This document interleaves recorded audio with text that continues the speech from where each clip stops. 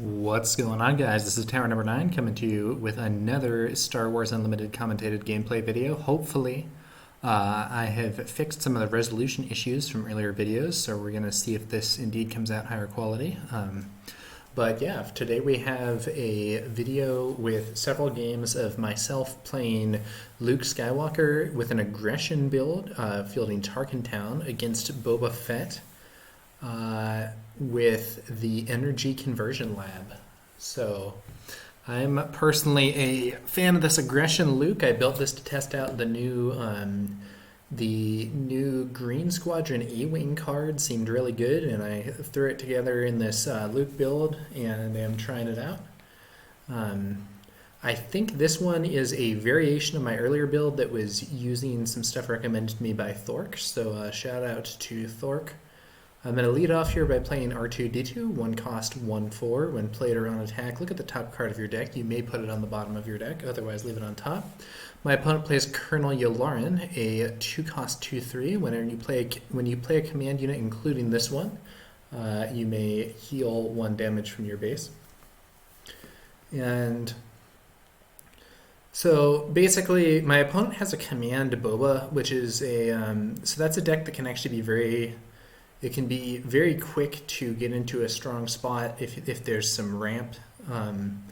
If there's some ramp into an early Boba, so Boba Fett deploys as a 4/7 hero, which is pretty good stats, and does that at 5 resources. So he actually has the best stats of any hero that deploys at that point. And with the ramp abilities from command, you can get that out even faster and potentially really cause some trouble. So I play a fleet. My opponent hits my base for 2. I play a fleet lieutenant, and when played, you may attack with the unit. If it's a rebel unit, it gets +2/+0. That allows my R2-D2 to defeat his Colonel Yularen. I don't take any damage because I had a shield from Luke's ability. My opponent is then going to play a super laser technician. So this is a 3 cost, 2/1. And when defeated, it becomes a readied resource. So that's like kind of the ramp threat that I was talking about earlier. The Super Laser Technician is one of the best cards for that. And with that, I know my opponent's probably going to be able to play Boba Fett this turn, which I'm really not too happy about. Looking at my options, I don't have anything that seems like a really good option to contest Boba Fett. I could try to go for the R2-D2 C3PO card draw combo. But I'm going to, I think, try to develop a stronger unit with Kanan or General Dodonna here. Looking at my top card, I see a Luke's lightsaber and decide to send that to the bottom. I think I forgot to use R2's ability when I first played him. My opponent plays Bosk and picks off my Fleet Lieutenant. Really not something I want to see. So Bosk is a 5 cost 4/5 with ambush, and when you play an event, you may deal 2 damage to a unit. So I fire off Tarkin Town to remove Bosk immediately. Deal 3 damage to a damaged non-leader unit. So Bosk was defeated by that. My opponent plays Boba Fett, a 4/7. I play Kanan Jarrus, 4 cost 4/5. You may discard 1 card from the defending player's deck for each friendly Spectre unit. Heal 1 damage from your base for each different aspect among the discarded cards. My opponent hits my base for 4 with Boba. Boba also has an ability when he completes an attack, you can ready up to 2 resources, and if you've defeated an enemy unit this turn, or I think actually it's if an enemy unit has left play this turn. And with those newly readied resources, he plays a waylay to send my Kanan back to hand. Not what I want to see here. So right now my opponent does have a significant lead. It's still going to be another turn before I get to deploy Luke Skywalker. And my opponent's Boba is the strongest thing on the board. I'm going to bring out Kanan again, trying to contest him. One advantage is I do have a card advantage, and I have Luke's lightsaber in hand, so hopefully I'm going to be able to get some big results with Luke when I do play him, but we're going to have to see how that turns out. So Kanan there again, 4/5. If he doesn't kill Kanan immediately with something, I can use Luke's ability to give him a shield. If he does kill Kanan, it may at least save some resources that would otherwise go into attacking my base, buy me a little time. We'll see what happens. He ends up deciding to use Boba Fett to clear R2-D2 here. Not not really that big a deal for me. I use Luke's ability to shield Kanan. I'm hoping to get some value out of Kanan here. My opponent plays Fett's Fire Spray, which I really do not want to see. 6 cost, 5/6, and it comes into play readied. It also has an ability that can exhaust non-unique units. And so I'm really hoping to draw into some removal. A copy of Vanquish is really what I need to see here to clear that Fett's Fire Spray. I'm actually going to have an advantage in the ground arena between Kanan and Luke, who I get to deploy this turn. But I need that Fett's Fire Spray cleared. So I play a Wing Leader and buff Kanan so he can now defeat Boba in 1 attack. He's up to 6 strength with the experience and shield there. My opponent can't exhaust him with Fett's Fire Spray because he is a unique unit, and that ability only works on non-uniques. He does hit the base for 4. I'm going to use Kanan to clear out his Boba. All I lose is a shield, and I defeat Boba Fett. I'm also going to be able to bring out Luke this turn, but I'm really worried that I'm on a clock with this Fett's Fire Spray. I need to draw into some removal. On the plus side, the mill ability from Kanan discards Bosk, which has 2 different aspect icons, so I heal 2 damage from the base, kind of buying me some more time there. So Kanan, when he attacks, mills 1 card from the top of the opponent's deck for each Spectre unit you have in play, and then you heal 1 for each different aspect among those milled cards. So if you only have 1 Spectre, it's going to heal for 1 or 2, depending on what you hit. With more, you can potentially get more. The Fett's Fire Spray hits my base again, not what I want to see, but I can't really counter it. I desperately need to draw removal here. My opponent plays the Shore Trooper there, who is a 4/3 right now, since the opponent has at least 6 resources.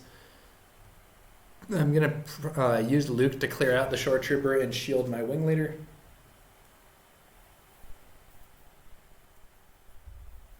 I can play Luke's Lightsaber to heal Luke, but in this case he defeats Luke with another copy of Bosk.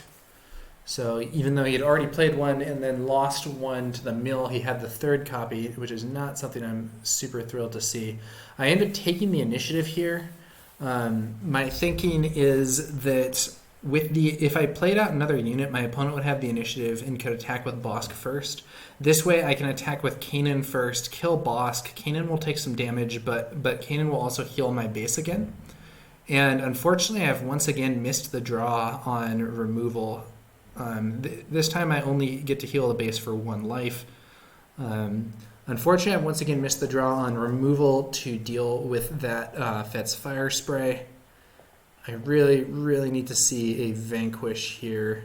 My opponent uses Fett's Fire Spray's ability to exhaust my Wing Leader. I'm going to play out Obi-Wan here so that he can't ambush a strong unit into ground for bonus damage. I'm a little worried that he would ambush in an ATST. I take the initiative, and my opponent then deploys a Star Viper and another Shore Trooper, and at this point I'm going to call it. Actually, this is footage from an earlier version of the deck. This is not Thork's version. I think I switched to Thork's version later, so I'm not actually sure those games are going to be in this clip, but the 2 decks are very similar. So unfortunately, I was not able to draw the removal or other card that I needed to deal with Fett's Fire Spray. It was able to push enough damage through to get the win. Although with that Consortium Star Viper there, I wasn't going to be able to take it out necessarily anyway. So unfortunate game. I was able to get control of the ground arena, but my opponent was able to push lethal damage through in the space arena. Okay, so we are going to go into game 2 here. I'm going to lead off with Sabine Wren, one of the best starting units in the game. So Sabine is a 2-cost 2/3. She has a special ability that makes her harder to attack. I think it's that if you have 3 aspects among other units, the opponent can't attack her unless she has Sentinel. And then additionally, on attack, she deals 1 damage either to her attack target or to the enemy base, your choice. That's a really strong ability, and it makes her very, very dangerous in the early game. So my opponent leads off with a basic TIE LN, 2-1 vanilla. I'm going to, so in this situation I could play a wing leader to buff Sabine and also get something out into the space arena to contest that TIE fighter, and that's exactly what I'm going to do. So now with the 2 experience tokens, Sabine Wren goes up to being a 4/5 and can also deal 1 damage with her ability to the unit she attacks. So that's actually, the ability to deal 5 damage on attack this early is really strong. Even if my opponent played the Boba Fett unit, which is far above curve as a 3-cost 3/5, I would be able to actually take it out in one go. The TIE Fighter attacks my base for 2 damage, and I have Sabine deal 5 to the enemy base thanks to the bonus damage there. My opponent deploys a Consortium Star Viper, which is a 3/3, and if you have the initiative, it has Restore 2 on attack to repair the base a bit there.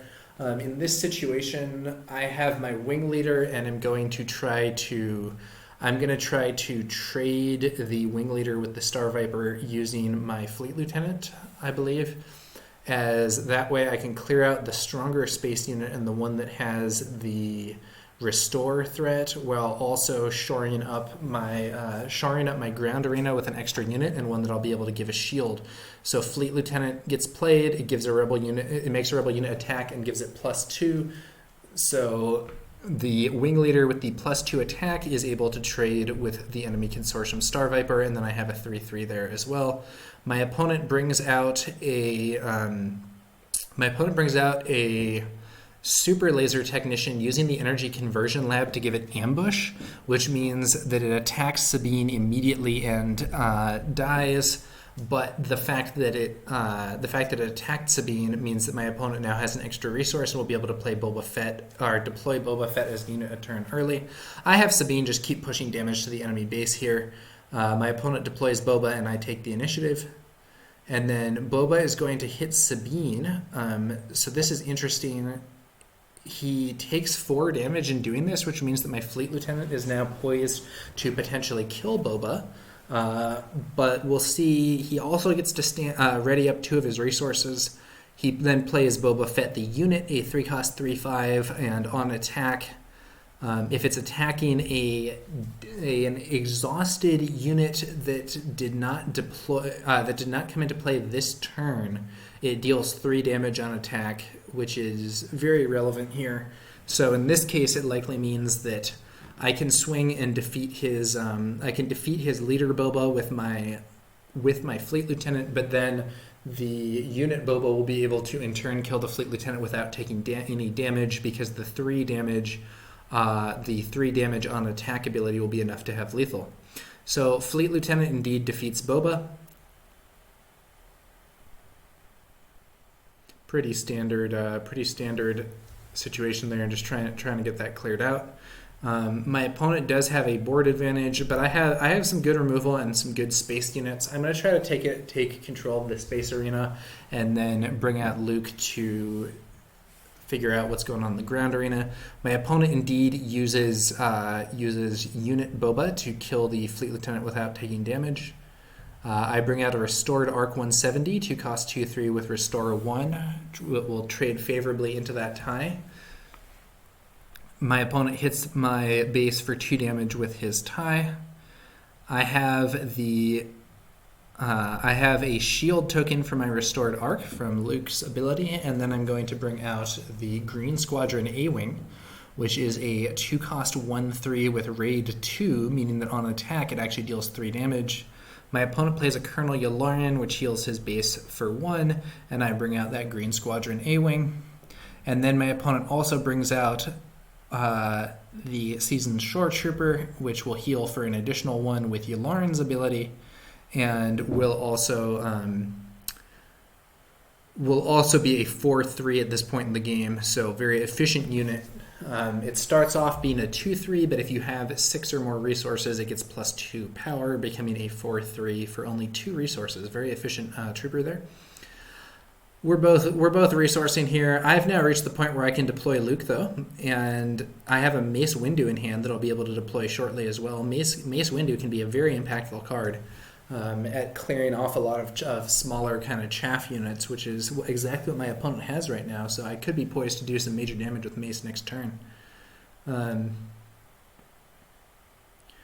This turn, I'm probably going to play the open fire that I have in hand as well as the wing leader. I lead off by having my restored arc defeat that enemy Tai LN, losing only a shield, not even taking damage, and also restoring 2 damage from my base. Yularen hits my base for 2. So I could open fire now and kill his seasoned shore trooper. I could also save it for a later time. I decide I'm going to deploy Luke Skywalker. Luke on his unit side is a 4/7, and when he attacks, he gives a shield to another friendly unit.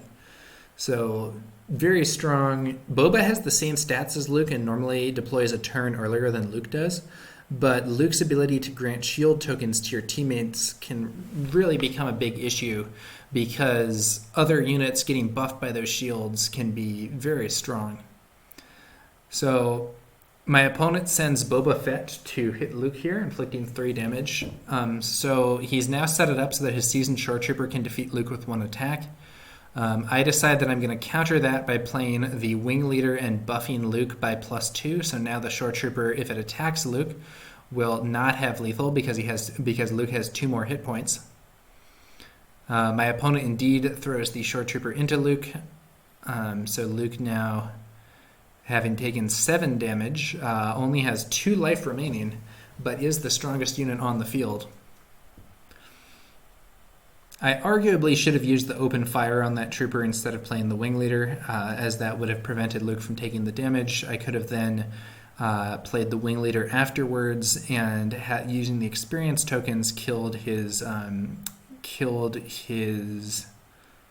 Boba Fett. However, it looks like he had an Agent Callus waiting, so he might have just played Agent Callus if I had used that open fire and taken out Luke without him getting a chance to attack.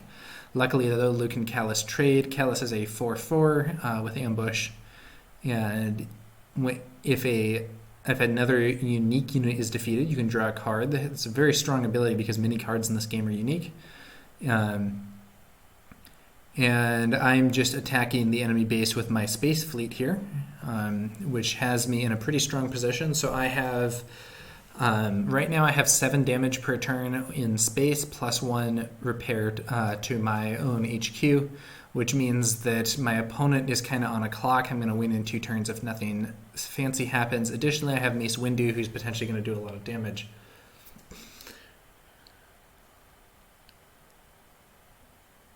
My opponent's forces are not impotent here. He does have some units in the ground and a fair number of cards in hand. Actually, has a card advantage on me by 1, at least in terms of cards in hand. I'm going to send in Mace Windu though, and Mace Windu will clear out. Mace Windu will ambush in and clear out Yularen, and then ready up. So Mace Windu 7 cost 5/7 with ambush, and when he attacks and defeats a unit, ready him. This is a really, really strong ability because it means that you can potentially kill multiple units in 1 turn, and after that still have the opportunity to attack and destroy the enemy base. My opponent plays another Consortium Star Viper, 3/3 space unit with Restore 2.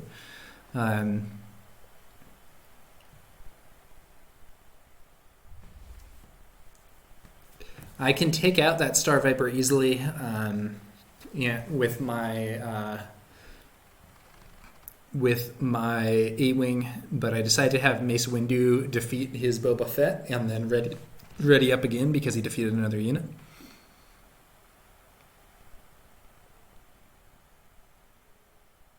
And at that point, my opponent actually concedes the game.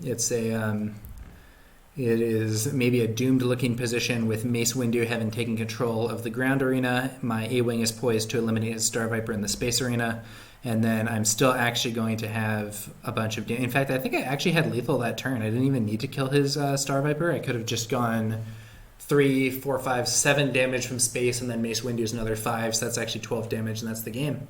One of the benefits of Mace Windu being able to clear out units and then still remain in play in a position to attack So looking at this opening hand, I have a C-3PO as a turn 1 play. I don't have any 3-cost play other than an open fire. I could play C-3PO and then give him that lightsaber, which is actually, it sounds kind of silly, but it's actually a pretty decent combination in the early game. However, it is vulnerable to potentially being blown out by they could have a waylay, for instance. They could have a forced choke. There are a few removal cards that would be a big problem, although forced choke isn't probably going to be in my opponent's build. However, I mulligan into a better opening here. So in terms of my turn 1 play, I can lead off with Sabine Wren. I'm then also going to be able to play the Fleet Lieutenant that I have in hand, and then I also have General Dodonna in there as well. So I'm going to lead off with Sabine, 2-cost, 2/3. On attack, she deals 1 damage either to the enemy base or the unit that she's attacking. Really good ability. And my opponent actually misses his turn 1 play. This is very fortunate for me in terms of securing an early development advantage. But we'll see what he can bring to bear on the second turn.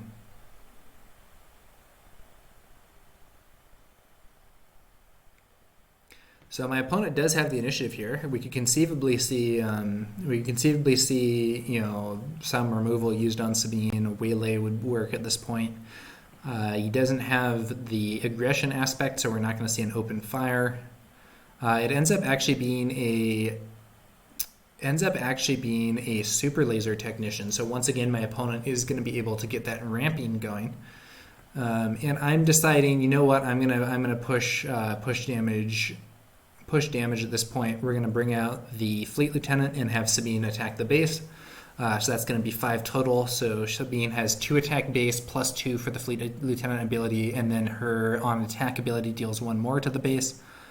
And that is going to be 5 damage to the enemy base, down to 20 life. And one thing that I'm hoping is that the Super Laser Technician is going to ramp him into Boba early on, but I'm hoping that because my opponent missed that turn 1 play, and I'm having relatively strong ground arena plays, I'm hoping that's going to prevent Boba from making a gigantic splash this early in the game.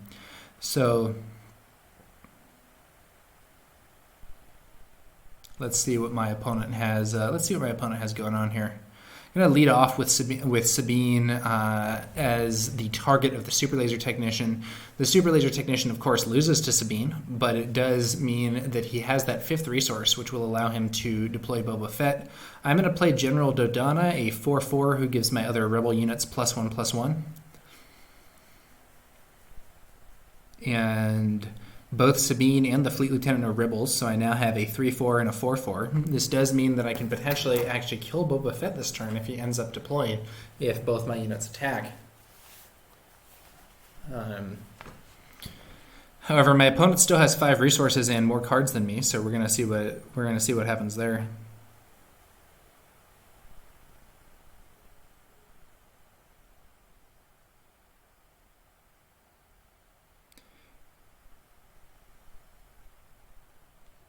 He's looking at the hit points. He was going to play a Colonel Yularen, but seems to be maybe rethinking it. Ends up deploying Boba Fett instead.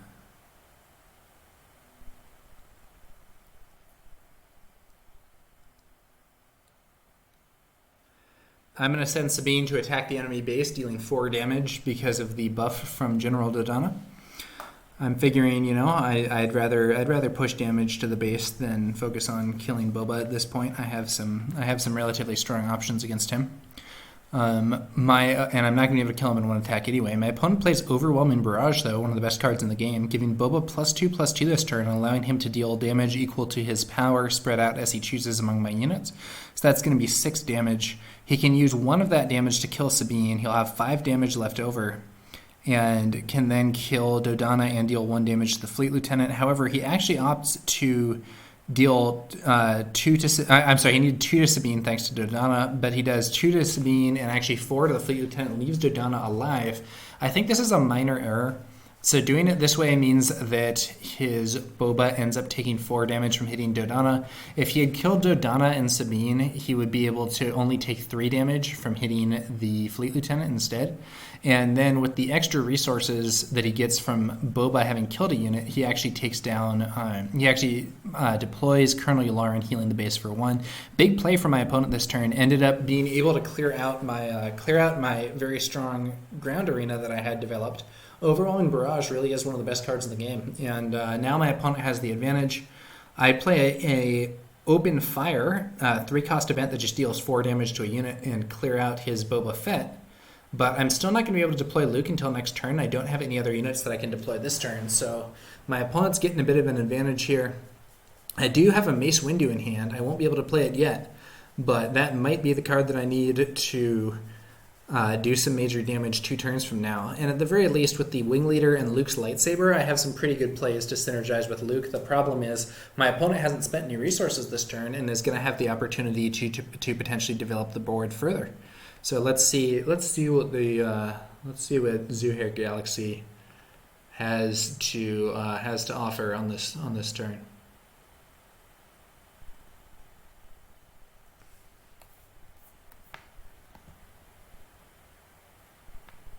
This has been an interesting game so far. I felt like I had a strong advantage in the early game, but that the early Boba with Overwhelming Barrage ended up getting a lot of value. My opponent plays a Gladiator Star Destroyer, which is a 5/6 that gives Sentinel for 1 turn to a unit when it comes in. So now with the Gladiator in play, I'm in a weaker position I'm in a weaker position in the space arena than I was earlier. So I'm sort of thinking about what I want to play here. I end up resourcing this copy of Takedown. I'm now thinking that maybe Dodonna and Luke's lightsaber is the play this turn. That uses my resources exactly. I could also do Wing Leader and Luke's lightsaber, but the problem is I would have to play the Wing Leader after I played Luke. And that would mean that I wouldn't be able to use Luke's ability to shield it, since Luke would be in play as a unit at that time. Maybe he could attack and shield it, but the Gladiator would have a chance to kill the Wing Leader first. So this one seems like it's maybe going to be a more efficient strategy. Dodonna's buff is pretty relevant. My opponent swings in with the Gladiator inflicting 5 damage to my base. That is a hard hit, but I'm going to be able to get Luke on the board, and hopefully I'll be able to have Luke give a shield to Dodonna with his attack, which is a very strong thing to have going. My opponent does deploy Boba Fett, the unit, the 3-cost 3/5 that does that 3 damage on attack if he's attacking an exhausted unit that did not deploy this turn, or did not enter play this turn. I'm going to have Luke take down Yularen, giving a shield to my General Dodonna. Luke does take 2 damage from doing that, and my opponent then uses the really interesting play, uses the Energy Conversion Lab to ambush in a second Boba Fett. And this one has the 3 damage on attack because Luke didn't interplay this turn, killing my Luke, and would actually survive on 1 hit point, but with General Dodonna, Luke does have 5 attacks, so it ends up being a trade. However, luckily for me, because Boba Fett is unique, bringing in this second Boba removes the first Boba that my opponent had played, so it ends up not being as huge value as it might have been otherwise. Ambushing in Boba like that's a cool play, though, and especially strong against an enemy leader. Because leaders were already in play, Boba's ability still works on them even on the turn that they deployed, which is an interesting little tidbit. I do have Dodonna here. I'm going to play a Wing Leader and give Dodonna +2/+2. My opponent responds with a Waylay, sending Dodonna back to hand. And I am then going to replay Dodonna, I believe, because in this situation, if my opponent attacks the Wing Leader with his Gladiator and I don't have Dodonna, he takes 2 damage and has 4 life left. If he attacks the Wing Leader with the Gladiator and I do have Dodonna, he takes 3 damage and has 3 life left, which then means that I can kill the Gladiator with Tarkintown. He ends up attacking the base instead, dropping me to 13 hit points. I take the initiative, and my opponent plays a Emperor's Royal Guard, which is a 3-cost 3/4. If you have a official in play, it gets Sentinel. And if you have Emperor Palpatine as a leader or a unit, it gets +1 hit points.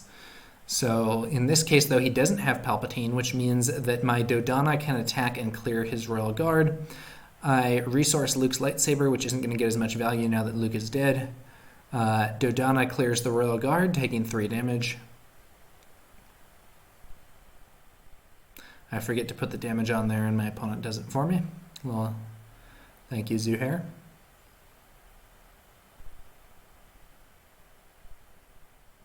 And then my opponent is going to continue to hit the base here with the Gladiator Star Destroyer. That's going to be another 5 damage, and that's a I'm getting dangerously low at 8 life. If my opponent has a surprise strike, he can actually kill me in 1 attack if that Gladiator gets to attack again. Luckily, I have an answer ready this turn with the Wing Leader can attack into him, and then I can clear him with Tarkin Town. I send in Kanan Jarrus. My opponent plays Colonel Yularen and heals the base for 1. The Wing Leader hits the Gladiator for 3, thanks to the buff from General Dodonna.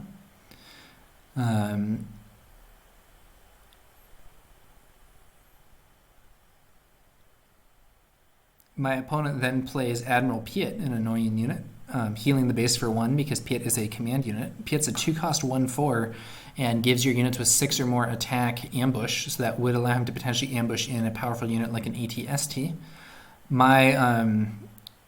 I use Tarkin Town to destroy his damaged Gladiator, and then I play out this Restored Arc 170 and give it a shield with Luke's ability, which gives me some presence in space, and hopefully is going to allow me to do some. Hopefully, it's going to allow me to get some restore going as well. The Restore 1 on the Restored Arc 170, hopefully healing up my base a bit from 8 life, as I'm in kind of an unsafe position right now. That said, I currently have a stronger force than my opponent in both ground and space, so I'm hoping that even though I'm down to 8 life, I'm going to be able to come back and get the win. But, obviously my opponent has some things to say about that. One good thing is that my hand has some really strong cards for this situation. So I have a Vanquish, which is a strong removal option. I have a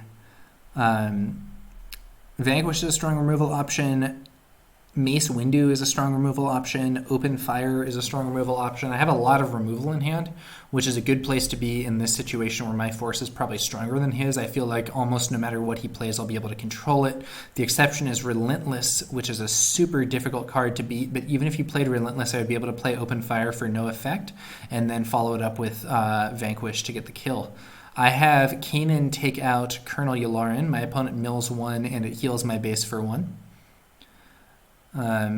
My opponent then plays a Gladiator Star Destroyer, giving it Sentinel, which means that my Restored Arc is not going to be able to necessarily gain control that turn. However, I have a good counter here, and I'm not even going to need to use my Vanquish. I can play the Open Fire for 4 damage to the Gladiator, and then use the Restored Arc to finish the job, or in this case I do it in the other order. The Restored Arc attacks first, healing my base for 1 and dealing 2 damage to the Gladiator. Thanks to its shield token, it does not die. Then I play the Open Fire for 4 damage to the Gladiator, and clear it off the board. So I'm left with, once again, a stronger position in both ground and space, and I have counters available with Mace Windu and Vanquish for whatever my opponent might play, I think. So I am feeling pretty comfortable. Additionally, I am starting to heal up with Kanan and the Restored Arc, both of them healing my base by 1 last turn, so I'm kind of getting a little further out of the immediate danger zone. My opponent plays an AT-ST, ambushing it in and defeating Kanan in 1 attack. Additionally, there's some extra damage that spills over to my base thanks to Overwhelm or Overpower. I forget what it's called, but it's Overwhelm. So it's a 6 strength attack. It only needed 4 to defeat Kanan, so 2 damage goes through to the base. Except I think I accidentally removed 3 damage instead. Or no, it only needed 3 to defeat Kanan, so 3 goes through the base. I actually did it right. Okay, so then I'm going to deploy Mace Windu and have him defeat Admiral Piet. Mace Windu then stands up. Really strong ability. This guy came in handy earlier. And this game it's going to be even nastier because I have a little trick here. So Mace Windu defeats Piet. My opponent's thinking about what to do here. Was going to play Colonel Yularen, which would heal him 1, but maybe realized that Mace Windu would be able to clear Yularen easily, so it actually ends up passing instead. I then actually used Luke's ability to shield Mace Windu. This is a super high value play because then my opponent does play the Yularen, healing the base. Mace Windu kills the ATST, takes no damage thanks to the shield, and stands back up. And now Mace Windu is also going to be able to kill Yularen and then stand up again and attack the enemy base. So that's indeed what happens. Mace Windu gets another kill, so he killed 3 units that turn and attacks the enemy base for 5. Huge value off that Mace Windu in conjunction with Luke's ability to give him the shield and prevent him from being killed by that ATST. Then my Restored Arc does 2 more damage and heals 1 to the base. I'm feeling very solid about my position now, especially given the cards that I have in hand here. As I have taken control of both arenas, I have more resources than my opponent, I have more cards in hand than my opponent, and it's going to be difficult to deal with these units.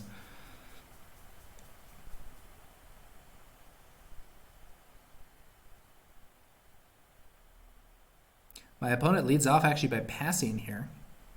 I'm just going to hit his base with the Restored Arc, 2 more damage and a point of life healed from my base. Restore is pretty relevant in this game, and it seems to be fairly widely distributed. I know in some games healing is not really considered very good. In this game, Restore seems quite relevant on units like the Restored Arc, on units like Yoda. Kanan's ability acts somewhat like Restore. Admiral Akbar has Restore. Home 1 has Restore 2 and gives your whole army Restore 1. And the thing about Restore is that in situations where you're accumulating damage to the base relatively quickly, you can end up getting a lot of value. My opponent plays a Waylay on Mace Windu here, returning him to hand. That does mean I'm not going to be able to attack the base with Mace Windu this turn because Ambush only works on units, not bases. I bring in another Restored Arc. My opponent is considering playing an Emperor's Royal Guard. Now, the problem with this is that if he plays it, I can just replay Mace Windu and hit the Emperor's Royal Guard and then hit his base. So I'm not sure it's that positive. He ends up passing. And so in this situation, what I'm actually going to do is I believe I take the initiative.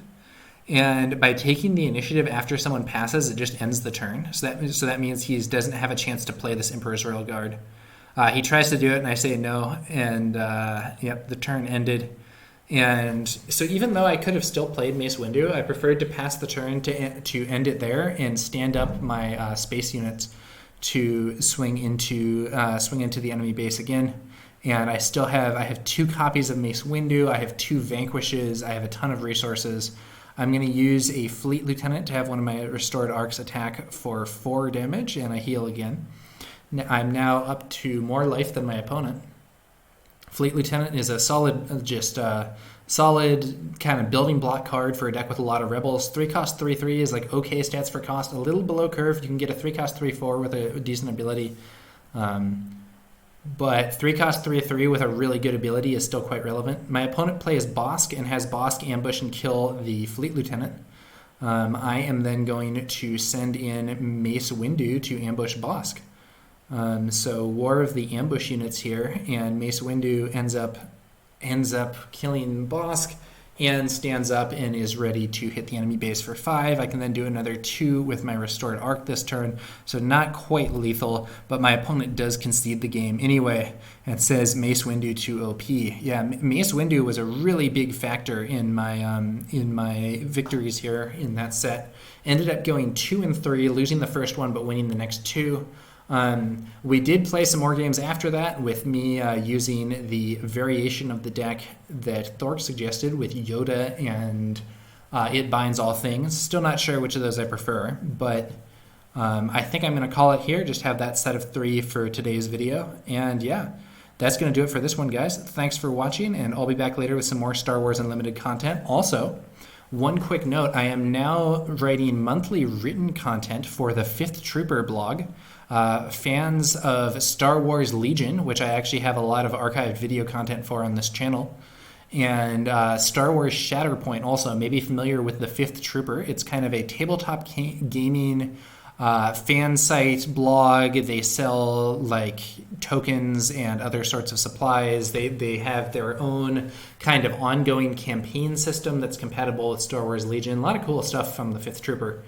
And I am going to be working with them to bring Star Wars Unlimited content to the Fifth Trooper blog. So it should be interesting to see where that goes. My first article is published, and I'm going to put it in the description of the video below. It is kind of an introductory article, so people who are really familiar with how this game works already may not get that much out of it. But I'm hoping it's going to be a useful resource for newcomers. So. So now in addition to these videos, which I still plan to be producing daily, I will also have some written content on the Fifth Trooper blog and perhaps elsewhere. So thanks to you guys for watching, and I'll be back later with some more Star Wars Unlimited content. Catch you guys later.